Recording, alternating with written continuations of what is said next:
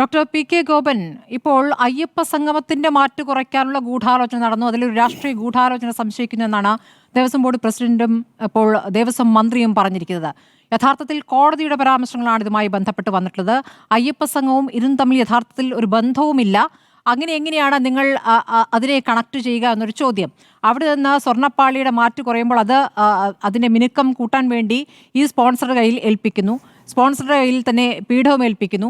ഇത് തിരിച്ചു വരുമ്പോൾ, അത് കൊണ്ടുപോകുമ്പോൾ ദേവസ്വം ബോർഡിൽ നിന്ന് ആരും അനുഗമിച്ചില്ല. കൊണ്ടുവരുമ്പോൾ അതിന്റെ തൂക്കം പരിശോധിച്ചില്ല.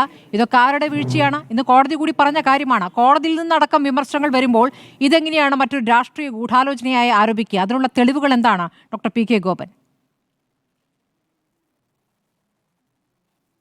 അല്ല, എല്ലാ ആരോപണങ്ങളും ആക്ഷേപങ്ങളും ചീട്ടുകൊട്ടാരം പോലെ തകർന്നടിഞ്ഞപ്പോൾ കാണുന്ന ആവേശവും അങ്കലാപ്പും ആണ് ഈ പ്രതികരണങ്ങളിൽ നിന്ന് വരുന്നത്.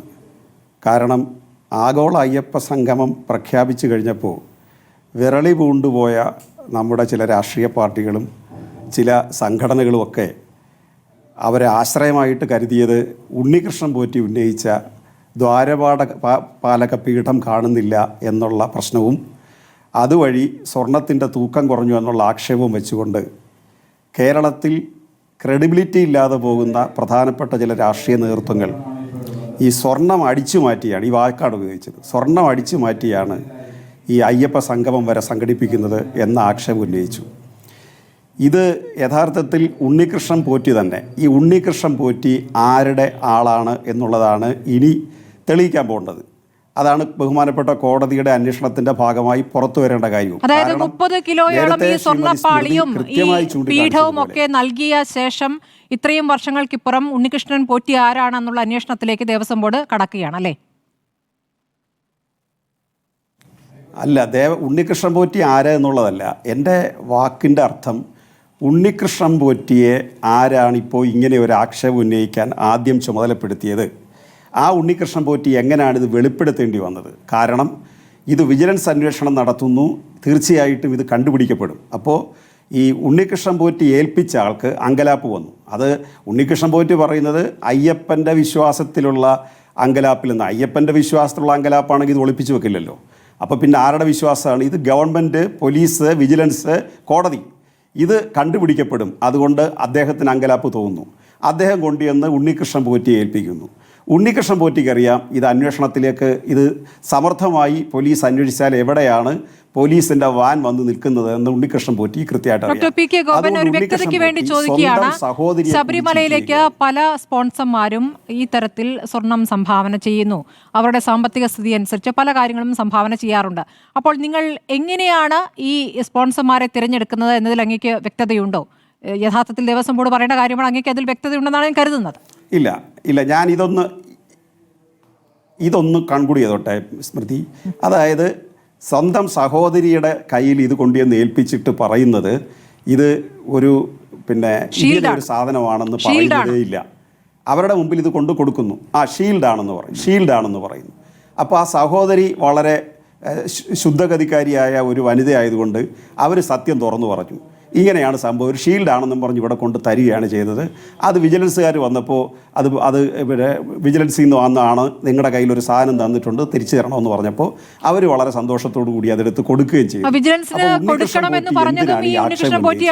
ഈ സാധനം അത് കൊടുത്തേക്കൂ, ഞാൻ തന്ന സാധനം വിജിലൻസിന് കൊടുത്തേക്കൂ എന്ന് അല്ലെങ്കിലും അതെ കൊടുക്കുക എന്ന് പറഞ്ഞു കഴിഞ്ഞാൽ വിജിലൻസ് അതിപ്പോൾ അദ്ദേഹം പറയുമ്പോഴും അത് കണ്ടെടുക്കുമെന്ന് ഉറപ്പുണ്ടെങ്കിൽ പിന്നെ അങ്ങനെയല്ലേ പറയാൻ പറ്റൂ. അതല്ല ഇവിടുത്തെ പ്രശ്നം. പ്രധാനപ്പെട്ട പോയിന്റ്, എന്തിനാണ് അയ്യപ്പ സംഗമത്തിൻ്റെ പശ്ചാത്തലത്തിൽ ഉണ്ണികൃഷ്ണൻ പോറ്റി തന്നെ കയ്യിൽ വച്ചിരിക്കുന്ന സാധനം കാണാനില്ല എന്ന ആക്ഷേപം ഉന്നയിക്കുന്നത്? അതുവഴി ആർക്കാണ് ലാഭം? അയ്യപ്പ സംഗമം സംഘടിപ്പിച്ചവർക്കാണോ ലാഭം? അതിനെതിരായിട്ട് കോടതി തന്നെ നിരീക്ഷിക്കുന്ന ഏത് കാര്യത്തിലും ഒരു സംഭവം നടന്നാൽ അതിൻ്റെ മോട്ടീവ് എന്താണെന്നുള്ളതാണ്. ആ മോട്ടീവ് പ്രധാനമാണ്. അത് വെച്ചിട്ടാണ് കോടതി കേസ് തെളിയിക്കുന്നതിൽ മുൻകൈ എടുക്കുന്നത്. അപ്പോൾ ആ സംഭവത്തിലൂടെ ആർക്കാണ് പ്രയോജനം എന്നതാണ് വിഷയം. ഉണ്ണികൃഷ്ണൻ പോറ്റി അത് ഈ ആരോപണം, ഈ പീഠം കാണാനില്ല എന്ന് പറയുന്നതിന് മുൻപ് തന്നെ ഈ സ്വർണ്ണപ്പാളിയിലെ കുറവിനെ പറ്റി കോടതി പറഞ്ഞിട്ടുണ്ടല്ലോ. 4.5 കിലോ എവിടെയെന്ന ചോദ്യം ചോദിച്ചിട്ടുണ്ടല്ലോ. അപ്പോൾ അതിനെങ്ങനെ അയ്യപ്പ സംഘവുമായി നിങ്ങൾ കണക്ട് ചെയ്യും? അപ്പോഴാണ് ഉണ്ണികൃഷ്ണൻ പോറ്റി പറയുന്നത് ഈ ദ്വാരപാലകരെ ഉറപ്പിച്ചിരുന്ന പീഠം എന്ന വിഷയം അതിൻ്റെ ഭാഗമായിട്ട് ഇത് സ്വർണത്തിൽ കുറവ് വരാം. അതുപോലെ ഇത് കൊടുത്തുവിടുന്നത് എങ്ങനെയാണ്? ഇത് കൊടുത്തുവിടുന്നത് പിന്നെ അവിടെ തന്ത്രി തന്നെ ഇതിൻ്റെ ഡാമേജ് ചൂണ്ടിക്കാണിക്കുന്നു. അദ്ദേഹം ദേവസ്വം ബോർഡിനെ വിവരം അറിയിക്കുന്നു. അങ്ങനെയാണ് ഈ സ്പോൺസറായിട്ടുള്ള ഉണ്ണികൃഷ്ണൻ പോറ്റിയെ വിവരം അറിയിക്കുന്നു. അപ്പോഴാണ് അദ്ദേഹം പറയുന്നത് 40 വർഷത്തെ വാറണ്ടി ഉള്ളതാണ്, നിങ്ങളിത് ഇളക്കി തന്നാൽ ഞാൻ തന്നെ ഇത് ശരിയാക്കി ബാലൻസ് സ്വർണം വേണ്ടി വരികയാണെങ്കിൽ ഞാൻ തന്നെ ആ സ്വർണം എടുത്ത് ഇത് ശരിയാക്കി തരാമെന്ന പറയുന്നതിൻ്റെ അടിസ്ഥാനത്തിൽ വീഡിയോ റെക്കോർഡ് ചെയ്ത് എല്ലാവിധ സുരക്ഷാ സജ്ജീകരണങ്ങളും ഒരുക്കിയതിന് ശേഷമാണ്, എല്ലാ റെക്കോർഡ്സും പൂർത്തിയാക്കിയതിന് ശേഷമാണ് ഇത് ചെന്നൈയിലേക്ക് കൊണ്ടുപോകുന്നത്. അതിനുശേഷമാണ് അദ്ദേഹം ഈ ആക്ഷേപം ഉന്നയിക്കുന്നത്.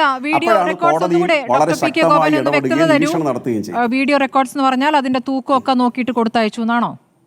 അത് വീഡിയോയിൽ റെക്കോർഡ് ചെയ്തു എന്നാണോ? അല്ല, അത് ഇളക്കുന്നതിൻ്റെ വാതിൽ പാളികളിൽ മണികളെറിഞ്ഞും പണമെറിഞ്ഞും നെയ്യിൻ്റെ പാത്രങ്ങൾ അകത്തു നിന്ന് എടുത്തു മാറ്റുമ്പോഴുണ്ടാകുന്ന കേടുപാടുകളാണ് തന്ത്രി ശ്രദ്ധയപ്പെടുത്തിയത്. അപ്പോൾ ഇതിനകത്ത് ചെറിയ മങ്ങല് വേൽക്കുന്നത് കണ്ടു, സ്വർണ്ണപ്പാളിക്കകത്ത് മങ്ങല് വേൽക്കുന്നത് കണ്ടു. ഇതിൻ്റെ അടിസ്ഥാനത്തിലാണ് ഇത് പരിഹരിക്കണമെന്നുള്ള നിർദ്ദേശം മുന്നോട്ട് വയ്ക്കുന്നത്. അപ്പോഴാണ് സ്പോൺസർ തന്നെ പറയുകയാണ്, ഞാനിത് 40 വർഷത്തെ വാറണ്ടിയിൽ ചെന്നൈയിൽ ചെയ്യിച്ചതാണ്, അത് കൃത്യമായിട്ട് അത് ശരിയാക്കി തരികയും ചെയ്യും, സ്വർണത്തിലുള്ള കുറവ് ഞാൻ പരിഹരിക്കുകയും ചെയ്യും എന്നാണ് അദ്ദേഹം പറഞ്ഞത്. അങ്ങനെ പറഞ്ഞ ഒരു സംഭവത്തിന്റെ അടിസ്ഥാനത്തിലാണ് ഇത് കൊണ്ടുപോകുന്നത്. പക്ഷേ എത്ര മോശപ്പെട്ട രീതിയിലാണ് ഈ പ്രശ്നത്തെ വഷളാക്കാൻ അയ്യപ്പ സംഗമത്തിന്റെ പശ്ചാത്തലത്തിൽ ശ്രമിച്ചത്. കൊണ്ടുപോകുമ്പോൾ അതിന്റെ തൂക്കം എടുത്തിരുന്നോ? അല്ല, കൊണ്ടുപോകുമ്പോൾ അതിന്റെ മുഴുവൻ റെക്കോർഡ്സും ഉണ്ടല്ലോ. കൊണ്ടുപോകുമ്പോൾ വീഡിയോ റെക്കോർഡും അതിൻ്റെ മഹസറും അതുപോലെ വിജിലൻസ് ഓഫീസേഴ്സും ബന്ധപ്പെട്ട സെക്യൂരിറ്റി ഗാർഡും എല്ലാം ഉണ്ടല്ലോ. അതുകൊണ്ട് ഇത് ബഹുമാനപ്പെട്ട ഹൈക്കോടതി പറഞ്ഞതുപോലെ തീർച്ചയായിട്ടും അതിന്റെ സ്വർണം എത്രയുണ്ട് എന്ന് തൂക്കി നോക്കിയിരുന്നോ? അല്ല, അതുൾപ്പെടെ ആയിരിക്കണമല്ലോ. അതാണ് അന്വേഷണത്തിൽ തെളിയേണ്ടത്. നമ്മളിപ്പോൾ ഇത് പറയുമ്പോൾ അന്വേഷണം തെളിയേണ്ട കാര്യമാണ്. ദേവസ്വം ബോർഡിൽ ഏതെങ്കിലും ഉദ്യോഗസ്ഥർ പങ്കുണ്ടോ? കാരണം ദേവസ്വം ബോർഡ് ജീവനക്കാരെന്ന് പറഞ്ഞാൽ ഈ 5 വർഷത്തിനോ 10 വർഷത്തിനോ കയറിയ ഉദ്യോഗസ്ഥരൊന്നുമല്ല, വർഷങ്ങളായിട്ടിരിക്കുന്ന ഉദ്യോഗസ്ഥരാണ്. അവരിത് പലതും ചെയ്തും ചെയ്യാതിരിക്കുകയൊക്കെ ചെയ്തവർ കണ്ടേക്കാം, നമ്മൾ അവരെ മൊത്തം അടച്ചാക്ഷേപിക്കുന്നില്ല. പക്ഷേ ഏതെങ്കിലും ഒരു പുഴുക്കുത്ത് ഒരു ജീവനക്കാരിൽ അവശേഷിക്കുന്നുണ്ടെങ്കിൽ ഇങ്ങനെ ഒരു സ്വത്ത് അടിച്ചു മാറ്റുന്നതിൽ ആർക്കെങ്കിലും ഇതിൻ്റെ കൂടെ നിൽക്കാൻ ഉണ്ണികൃഷ്ണൻ പോറ്റിയോടൊപ്പമോ വാസുദേവനോടൊപ്പമോ അതല്ലെങ്കിൽ ചെന്നൈയിലെ കമ്പനിയോടൊപ്പമോ ആർക്കെങ്കിലും പേഴ്സണൽ ഇൻട്രസ്റ്റ്, വെസ്റ്റഡ് ഇൻട്രസ്റ്റ് ഇതിനകത്ത് ഉണ്ടായിട്ടുണ്ടെങ്കിൽ അതും കണ്ടുപിടിക്കണമല്ലോ. അത് കണ്ടുപിടിക്കുന്നതിന് ദേവസ്വം ബോർഡും ഗവൺമെന്റും തുടക്കത്തിലെ ഉത്തരവാദിത്വം എടുക്കുന്നത് പറഞ്ഞല്ലോ. 4.5 കിലോ കുറഞ്ഞത് എപ്പോൾ കണ്ടെത്തി? അല്ല, അതല്ലേ പറഞ്ഞത്, 4.5 കിലോ ഉൾപ്പെടെയുള്ള കാര്യങ്ങളെക്കുറിച്ചാണ് പറയുക. എപ്പോൾ കണ്ടെത്തിയെന്ന് ചോദിച്ചു കഴിഞ്ഞാൽ ഏതാ ഇവിടെ കണ്ടെത്താത്തത്? ഇവിടുത്തെ പോലീസ് ഏതാ കണ്ടെത്താത്തത്? ഇവിടുത്തെ വിജിലൻസ് ഏതാ കണ്ടെത്താത്തത്? അതുകൊണ്ട് അതിനായിട്ട് നമുക്ക് വെയിറ്റ് ചെയ്യാം. ആരാണോ ഇത് അടിച്ചു മാറ്റിയിട്ടുണ്ടെങ്കിൽ അല്ലെങ്കിൽ ഇതിന് എന്തെങ്കിലും പിഴവ് പറ്റിയിട്ടുണ്ടെങ്കിൽ, വിഷയം ഇവിടുത്തെ അതല്ല. ഇതിപ്പോൾ ആ വിഷയമല്ല. ഉണ്ണികൃഷ്ണൻ പോറ്റി തന്നെ ഇത് വിജിലൻസ് കണ്ടെത്തിയതിന് ശേഷമാണ് ഉണ്ണികൃഷ്ണൻ പോറ്റി സ്വയം സമ്മതിക്കുന്നത് ഇത് എൻ്റെ കയ്യിലുണ്ടായിരുന്നു എന്ന്. ഈ ചോദ്യത്തിലേക്ക് എന്തുകൊണ്ടാണ് ഉണ്ണികൃഷ്ണൻ പോറ്റി കണ്ടെത്തിയതാണോ? അല്ലാതെ പിന്നെ എങ്ങനെ കണ്ടെത്തിയത്? അല്ല, വിജിലൻസ് സ്വയം അല്ലാതെ പിന്നെ എങ്ങനെ കണ്ടെത്തിയത്? കോടതി അല്ലാതെ പിന്നെ എങ്ങനെ കണ്ടെത്തിയത്? കോടതി പറഞ്ഞിട്ടല്ലേ? അല്ലാതെ പിന്നെ എങ്ങനെയാ കണ്ടെത്തിയത്? വിജിലൻസ് അല്ല, അതെ, കോടതിയുടെ നിരീക്ഷണം ഉണ്ടല്ലോ ഇതിനകത്ത്. കോടതി എന്തിനാണ് നിരീക്ഷണം നടത്തുന്നത്? കോടതിയുടെ നിരീക്ഷണം ദേവസ്വം ബോർഡ് നന്നായി പ്രവർത്തിക്കുന്നു എന്നും സ്വർണം കടത്തിയത് ഏതോ ഒരാൾക്ക് പങ്കുണ്ടെന്നും ഈ പറയുന്ന സ്പോൺസർ ആരാണ് എന്നുമാണോ കോടതി ചോദിച്ചത്? അടിമുടി വീഴ്ച എന്നല്ലേ കോടതി പറഞ്ഞിരിക്കുന്നത്? അതെ, ഈ സ്പോൺസർ എന്തിനാണ് ഈ പീഠം എടുത്തുകൊണ്ട് പോയിട്ട് കാണുന്നില്ല എന്ന് ആക്ഷേപം ഉന്നയിച്ചെന്ന ക്വസ്റ്റിലേക്ക് വാ. ആ ക്വസ്റ്റ്യൻ എന്താ മാറ്റി വെക്കുന്നത്? അപ്പൊ ഉണ്ണികൃഷ്ണൻ പോറ്റി ആർക്ക് വേണ്ടിയാണ് ഈ കളി കളിച്ചത് എന്നുള്ളത്, നാടകം കളിച്ചെന്നുള്ളത് വ്യക്തമാവും. അതിന് പലരും സമാധാനം പറയണം. ഈ സ്വർണം അടിച്ചു മാറ്റിയാണ് അവിടെ അയ്യപ്പ സംഗമം സംഘടിപ്പിച്ചതെന്നുള്ള BJPയുടെയും കോൺഗ്രസിന്റെ ആക്ഷേപത്തിന് ഉണ്ണികൃഷ്ണൻ പോറ്റി ഇവർ തമ്മിലുള്ള ബന്ധം എന്താണെന്ന് കണ്ടുപിടിക്കാൻ കഴിയും. നിങ്ങളുടെ സംശയം ആർക്ക് നേർക്കാണ്? അത് പറയൂ. നിങ്ങൾ ആരെയാണ് സംശയിക്കുന്നത്? ആരുമായിട്ടുള്ള രാഷ്ട്രീയ ഗൂഢാലോചനയാണ് സംശയിക്കുന്നത്? തീർച്ചയായിട്ടും ഇത് ആക്ഷേപം ഉന്നയിച്ചതാരാ?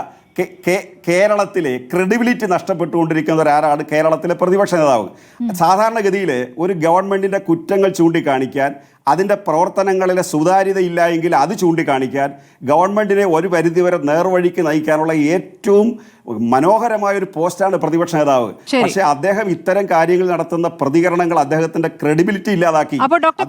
അടിച്ചു മാറ്റിക്കൊണ്ട് കോടതിയുടെ വിമർശനത്തിന്റെ അടിസ്ഥാനത്തിൽ ഒരു പ്രതിപക്ഷ നേതാവിന് ഇവിടെ രാഷ്ട്രീയ വിമർശനം ഉന്നയിക്കാൻ പറ്റില്ല. അപ്പോൾ ഈ രാഷ്ട്രീയ ഗൂഢാലോചന പ്രതിപക്ഷ നേതാവിന്റേതാണ് അല്ലേ? അതല്ലേ നിങ്ങളുടെ വിലയിരുത്തൽ? BJPയുടേതല്ല. BJP നിങ്ങൾ സംശയിക്കുന്നില്ല, നിങ്ങൾ ഇവിടെ കോൺഗ്രസിനെ സംശയിക്കുന്നു എന്നാണോ? സ്മൃതി, BJP സ്മൃതി ചുമ്മാ ആവശ്യം അത് വെറുതെ ഡൈവേർട്ട് ചെയ്യല്ല. എൻ്റെ ക്വസ്റ്റ്യൻ ക്ലിയർ ആണ്, വളരെ ക്രിസ്റ്റൽ ക്ലിയർ ആണ്. ഞാനത് ക്ലാരിഫൈ ചെയ്യാം. ഒന്ന്, പ്രതിപക്ഷ നേതാവിന് വിമർശനം ഉന്നയിക്കാം. സ്വർണം കണ്ടില്ല, നിങ്ങൾ കണ്ടുപിടിക്കണം, ദേവസ്വം ബോർഡ് ഉത്തരവാദി. തർക്കമില്ല, അത്രയും പറയാം പ്രതിപക്ഷ നേതാവ്. രണ്ടാമത് പറഞ്ഞത് അയ്യപ്പ സംഗമം നടത്തിയത്. നിങ്ങൾ വരയ്ക്കുന്ന വരയിൽ നിൽക്കണം. പ്രതിപക്ഷ നേതാവ് എന്ത് സംസാരിക്കണം എന്നുള്ളത് നിങ്ങൾ നിശ്ചയിക്കും. അതാണ് നിങ്ങൾ തീരുമാനിക്കുന്നത്. നിൽക്കണം വിമർശനം. പ്രതിപക്ഷ നേതാവിന്റെ ക്രെഡിബിലിറ്റി ഇല്ലാതെ. ശരി, ക്രെഡിബിലിറ്റി അത് നിങ്ങൾ മാത്രം നിശ്ചയിക്കുന്നില്ലല്ലോ. ക്രെഡിബിലിറ്റി ഈ രാഷ്ട്രീയ ഗൂഢാലോചന എന്ന് പറയുമ്പോൾ അത് നിങ്ങൾ തെളിയിക്കുക കൂടി വേണം. ശരി, ഞാൻ കോൺഗ്രസ് പ്രതിനിധിയിലേക്ക് പോട്ടെ. നേരിട്ട് പ്രതിപക്ഷ നേതാവിനെയാണ് കുറ്റപ്പെടുത്തുന്നത്. ശ്രീകുമാർ ഉണ്ണികൃഷ്ണൻ പോറ്റിയുമായി ബന്ധം പ്രതിപക്ഷ നേതാവിനുണ്ടോ, കോൺഗ്രസിനുണ്ടോ?